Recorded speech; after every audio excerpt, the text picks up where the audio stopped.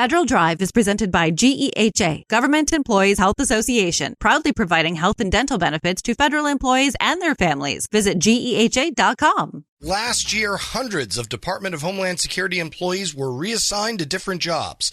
Some were shifted over to Immigration and Customs Enforcement to bolster the Trump administration's immigration crackdown. Now the DHS Inspector General is looking at whether those reassignments were done legally. For more, Federal News Network's Justin Doubleday joins me. Justin, happy to hear from you. Good to be with you, Eric. What exactly is the DHS IG's office going to consider here? Well, the DHS Inspector General has just issued a short notification to the DHS Chief Human Capital Officer that this month it will start looking into reassignments that occurred for senior executive service employees between January 25th, 2025 and March 24th, 2026. And that timeline aligns with Kristi Noem's tenure as Homeland Security Secretary before she was replaced by the current Secretary, Mark Wayne Mullen. And during Noem's time at DHS, there were a lot of employees who were shifted from jobs supporting cybersecurity or disaster response over to seemingly completely disparate jobs, and in some cases supporting ICE and the buildup of immigration and customs enforcement. And so this review will look at whether those reassignments were conducted in accordance with federal laws, regulations, and policies. That's what DHS Inspector General Joseph Ghaffari wrote in this short notice. Beyond that, we don't really know a lot about what exactly the DHS IG will be looking at here, but what we do know is that these reassignment notices went out in kind of different spurts over the course of Noem's tenure. They were somewhat controversial, and now a lot of them have actually been rescinded. And so this is very much a backward-looking review. You mentioned the leadership change that has occurred since these reassignments were done. How did they play out under former Homeland Security Secretary Kristi Noem? Yeah, it was interesting. As I mentioned, it happened in spurts, and one of those big periods for these management-directed reassignments, as they're known in federal parlance, was last fall. Between about August and October, there were at least dozens of DHS employees who were sent these MDRs.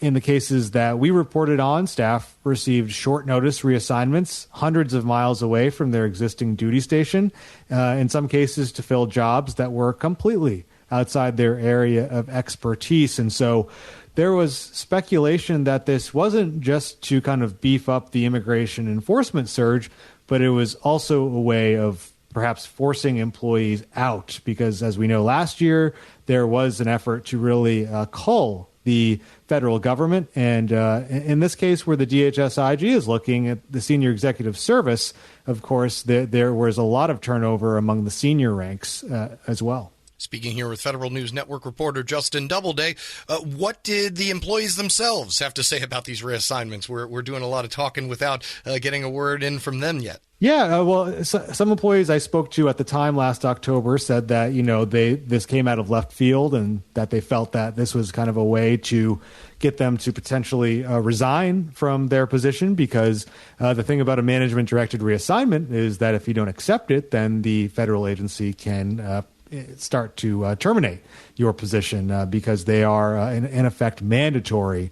I spoke with some lawyers as well who represent federal employees in cases like this, and they said, that their clients felt that some of these management-directed reassignments were reprisal for reporting misconduct or refusing to carry out what they felt was an illegal order.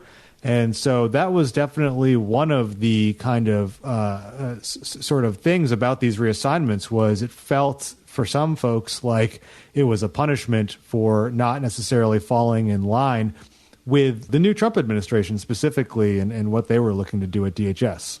When you say a legal order, what are the rules around how agencies reassign employees?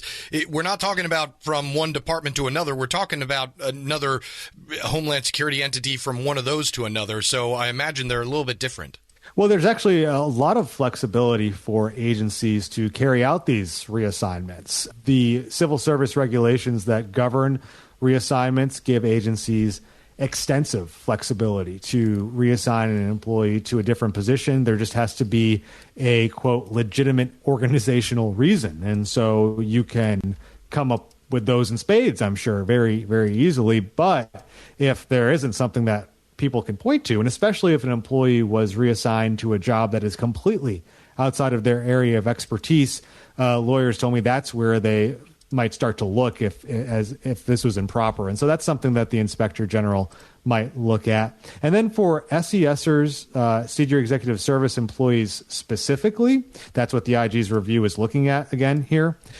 There are restrictions around involuntarily reassigning a career SES employee when there's new leadership that comes into the agency. The restrictions are about 120 days after the appointment of the head of an agency, or within 120 days after the employee's most immediate supervisor is appointed, if they're a political supervisor, a political appointee. And so that's another thing that Joseph Kafari's review might look at here, is whether that 120-day timeline was respected. When the report comes out, what is going to be the first thing that you look for in that executive summary? Well, I think certainly looking at kind of the two dueling threads we've been talking about here. One, how much of these reassignments were really aimed at beefing up the kind of immigration crackdown that the Trump administration has been undertaking. There was certainly reports that, FEMA employees, for instance, were shifted over to ICE. And that could be, considered a legitimate business purpose, even if they disagreed with it. But then the other side of the coin is what we've been talking about around potential reprisals, and how some employees are alleging that these reassignments were essentially punishment and a way to potentially force them out for not kind of being in line with the Trump administration's edicts. And so that will be interesting to see what avenues this report goes down to that degree, and whether we find out whether this was kind of a way to punish people. Federal News Network reporter Justin Doubleday, we will certainly have you on again once that report does come out. Thank you for filling us in. Sounds good. Thanks, Eric. And you can find more of Justin's reporting on this topic at federalnewsnetwork.com.